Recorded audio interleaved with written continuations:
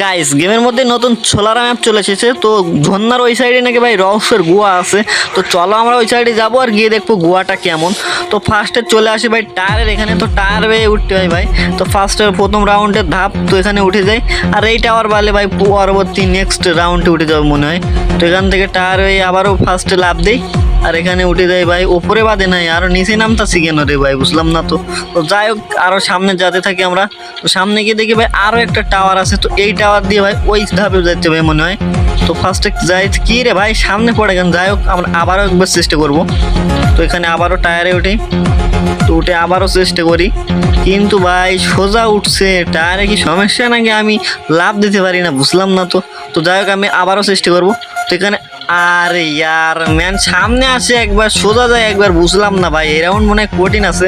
আসলে আমার দোষ না, আরো ওইভাবেই তৈরি করছে ওরা।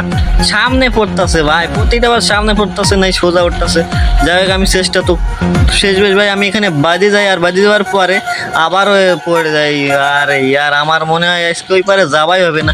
তো আমি বারবার ভাই চেষ্টা করতে থাকি। দেখো ভাই কতটা বার চেষ্টা করছি,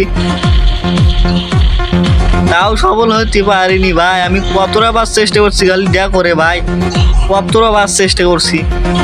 আমার ভাই বিরক্ত লাগতেছিল এত পরিমাণে যে আমি গেম থেকে বাড়াই যাই মনে হইতেছিল ভাই। তো আমি ওই সাইডে যাবো, অবশ্যই যাবো ভাই। সেজন্য আমি টার্গেট নিয়ে আইছি, এই জন্য আমি যেতেও পারতাছি না। তো ফাইনালি ভাই আমি এই সাইডে পার হয়ে এসেছি। তো তোমরা অনেকেই জানো না ভাই এই বাক্সর ভিতরে ভাই টায়ার লুকিয়েছে। তো এই টায়ারের ভিতরে টায়ার দিয়ে ভাই তুমি আরেক ধাপ পার হয়ে যেতে পারবো। তো আমি ওইটা ভেঙে টায়ার নিয়ে এই পাশে চলে আসি। আর এই ধাপ পার হলে ভাই আমরা চলে যাব গুহার ভিতরে। তো আমরা অলরেডি এটা ভেঙে ফেলি। তো ভেঙে ভাই ওই সাইডে যাব। তো গুহার ভিতরে ভাই যাব এবার। কিন্তু ভাই গুহার ভিতরে জানি না কেমন হয়েছে ভাই। গুহাটা দেখতে পাইতেছো কি সুন্দর। তো এখানে ভাই লুটপাটও পাবা তোমরা, সমস্যা না। তো এনিমি আসার আগে যদি তোমরা আসতে পারো তাহলে এখানে লুট পাবা। আর এখানকার কিং তো আমি।